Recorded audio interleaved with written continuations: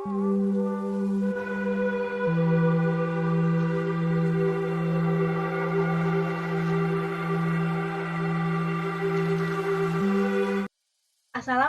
warahmatullahi wabarakatuh. Saya Ratna Dewi dari Pendidikan Kimia 6B akan menyampaikan materi integrasi kimia pangan dengan nilai integrasi keislaman. Dan ternyata banyak kaitannya loh kawan. Mendengar kata kimia pangan pasti tidak akan jauh dari makanan. Yap, kimia pangan sendiri merupakan cabang dari ilmu kimia, membahas tentang suatu hal yang tak jauh dari reaksi kimia antara komponen bahan pangan, baik ketika pangan tersebut baru dipanen, dalam proses penyimpanan maupun ketika diolah. Dalam kimia pangan juga membahas mengenai pangan yang baik dan sehat dikonsumsi dari kandungan kimia di dalamnya, untuk memenuhi nutrisi sebagai nilai gizi yang dibutuhkan dalam tubuh. Kawan, pasti pernah mendengar kata nutrisi kan? Yap, ini seringkali kita dengar jika sudah membicarakan makanan. Nutrisi sendiri atau juga disebut sebagai zat gizi adalah ikatan kimia dalam tubuh untuk melakukan fungsinya, yakni menghasilkan energi, membangun dan memelihara jaringan, dan mengatur proses-proses kehidupan. Zat gizi tersebut merupakan substansi yang diperoleh dari makanan dan digunakan untuk pertumbuhan, pemeliharaan, dan perbaikan jaringan tubuh.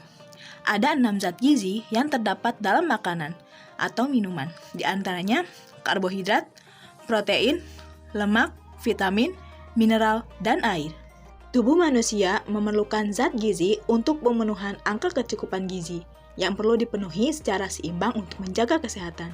Makanan maupun minuman sudah banyak tersedia di alam sebagai rahmat dari Allah Subhanahu wa Ta'ala untuk dimanfaatkan sebagai pemenuhan kebutuhan. Begitu pentingnya makanan bagi kebutuhan manusia, Allah Subhanahu wa Ta'ala sampai banyak berfirman tentang makanan termasuk minuman di dalam Al-Quran. Dan kawan tahu, banyaknya ayat Al-Quran yang membahas tentang makanan ini ibarat bahwa Al-Quran itu adalah penasehat zat gizi untuk tubuh kita. Wow, Masya Allah. Penasaran kan? Yuk simak penjelasannya dalam video ini.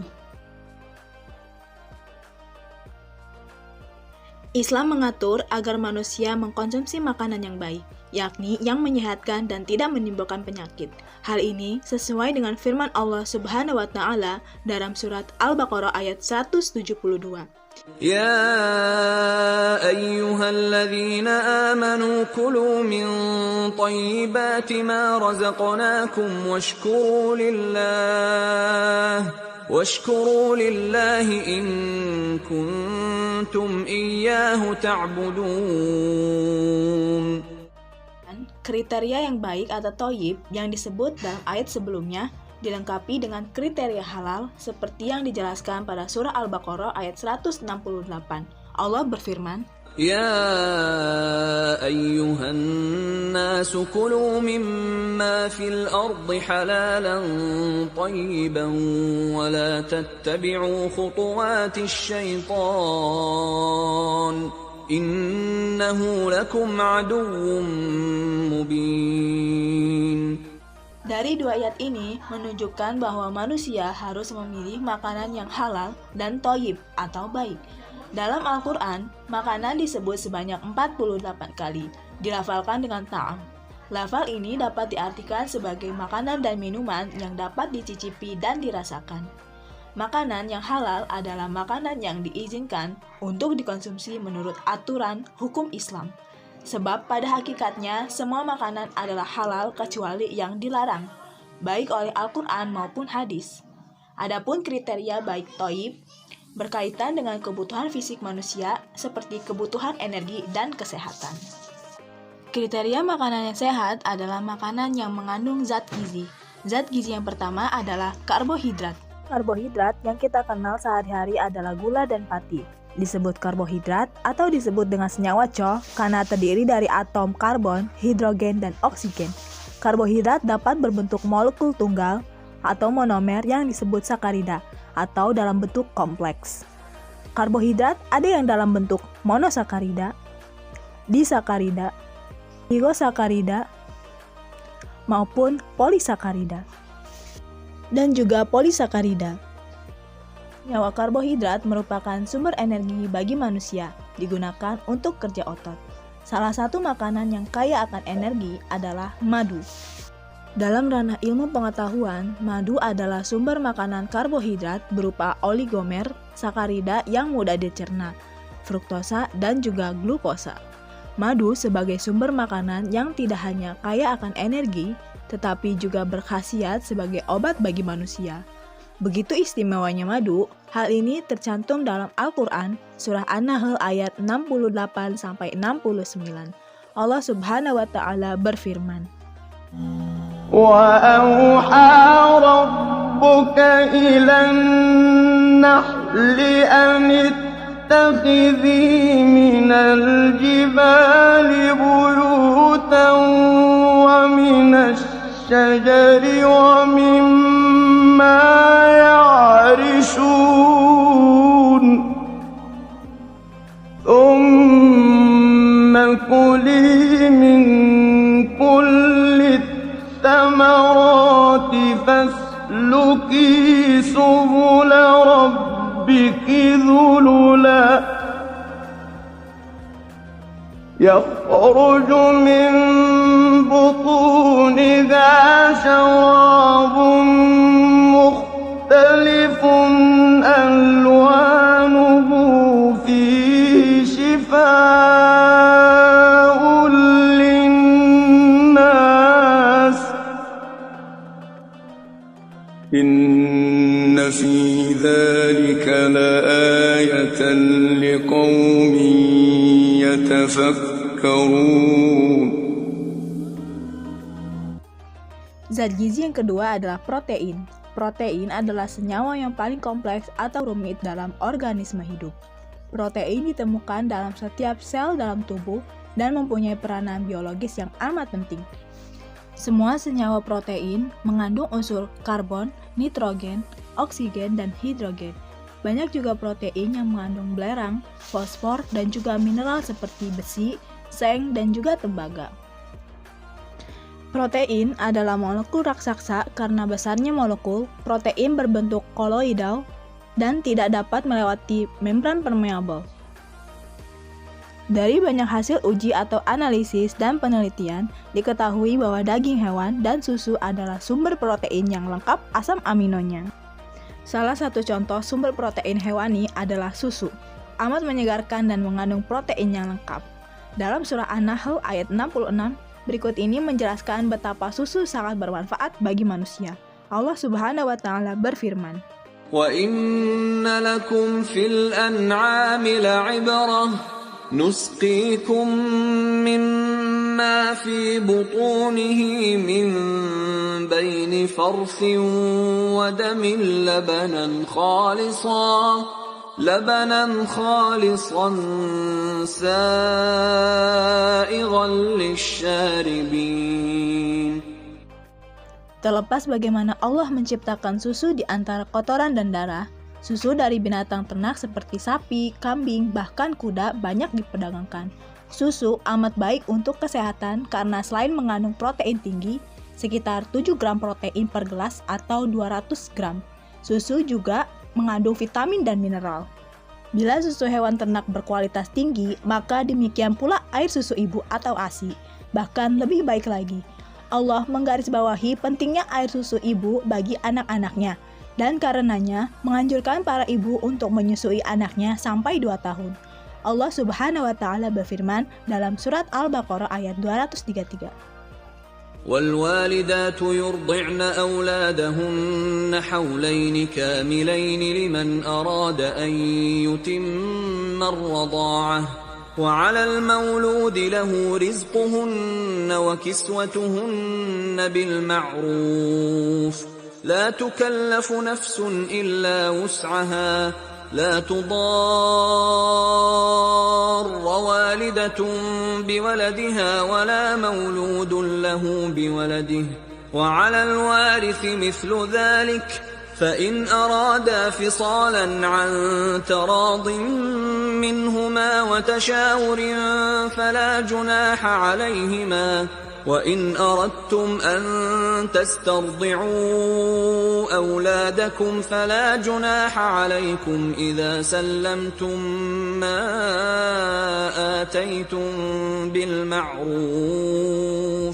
واتقوا الله واعلموا أن الله بما تعملون بصير. Zat gizi selanjutnya adalah lemak dan minyak. Lemak dan minyak dalam pengertian kimia adalah sama, yakni senyawa ester antara asam lemak dan gliserol. Senyawa ester tersebut atau gliserol dan asam lemak disebut gliserida. Gliserida yang mengandung satu ikatan ester disebut monogliserida. 2 ikatan disebut digliserida, dan 3 ikatan ester disebut trigliserida. Trigliserida atau gliserol 3 asam lemak ini adalah jenis lemak yang dikenal dalam pemeriksaan darah selain kolesterol. Pengertian lemak dan minyak dapat dibedakan dari aspek fisik. Gliserida yang dalam suhu kamar berupa cair disebut minyak, sedangkan apabila dalam suhu kamar berbentuk padat disebut lemak. Minyak dalam kehidupan sehari-hari kita temukan kebanyakan sebagai minyak goreng nabati atau dari tumbuhan seperti minyak kelapa. Sedang lemak yang kita temukan dalam binatang seperti sapi, kerbau, dan kambing. Lemak dari ikan dapat pula berupa minyak yang kita kenal sebagai minyak ikan yang amat baik untuk kesehatan. Lemak dan minyak dalam makanan kita juga merupakan sumber energi yang lebih besar daripada karbohidrat maupun protein, yakni 9 kalori per gram. Cadangan energi ini disimpan dalam otot. Dalam Al-Quran, Allah menunjukkan jenis minyak nabati, yakni minyak zaitun yang baik untuk dikonsumsi dan menyehatkan. Seperti dinyatakan dalam Al-Quran, surat Al-Mu'minun ayat 20. Allah Subhanahu wa Ta'ala berfirman, وشجرة تخرج من طور سيناء تنبت بالدهن وصبغ للآكلين. Sebagai sumber minyak nabati, minyak zaitun mengandung omega 6 atau asam lemak atau asam lemak tak jenuh dengan atom karbon 18. Minyak zaitun juga mengandung omega 3 selain omega 6. Dari berbagai hasil penelitian, dapat disimpulkan minyak zaitun bermanfaat bagi kesehatan manusia dalam mengontrol kandungan kolesterol, mencegah penyakit jantung, kanker, dan artritis atau rematik yang menyerang persendian. Zat gizi selanjutnya adalah vitamin dan mineral. Vitamin adalah senyawa atau molekul organik kecil yang diperlukan untuk menjaga kesehatan tubuh. Senyawa tersebut tidak dapat atau hanya sedikit dapat disintesis oleh tubuh sehingga harus ada dalam diet makanan. Vitamin amat diperlukan agar fungsi sel pertumbuhan dan reproduksi dapat berjalan dengan baik. Dilihat dari fungsinya, vitamin juga dibagi dalam 2 kelompok. Salah satunya yaitu vitamin dan penuaan tubuh. Proses penuaan adalah proses alami yang memang diciptakan Allah sebagai dinyatakan dalam firman-Nya pada surah Ar-Rum ayat 54. Allah Subhanahu wa Ta'ala berfirman, Allahul ladzi khalaqakum min dha'fin thumma ja'ala min ba'di dha'fin quwwatan thumma ja'ala min ba'di quwwatin dha'fan wa shaybah yakhluqu ma yasha' wa huwal alimul qadir. Penuaan tubuh dikaji dari aspek ilmu merupakan hasil akumulasi dari berbagai kerusakan sel dan jaringan yang tidak dapat diperbaiki.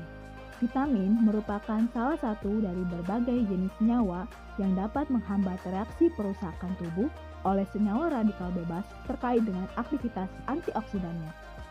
Asupan vitamin antioksidan yang cukup akan membantu tubuh mengurangi efek penuaan oleh radikal bebas, terutama oleh oksigen bebas yang reaktif.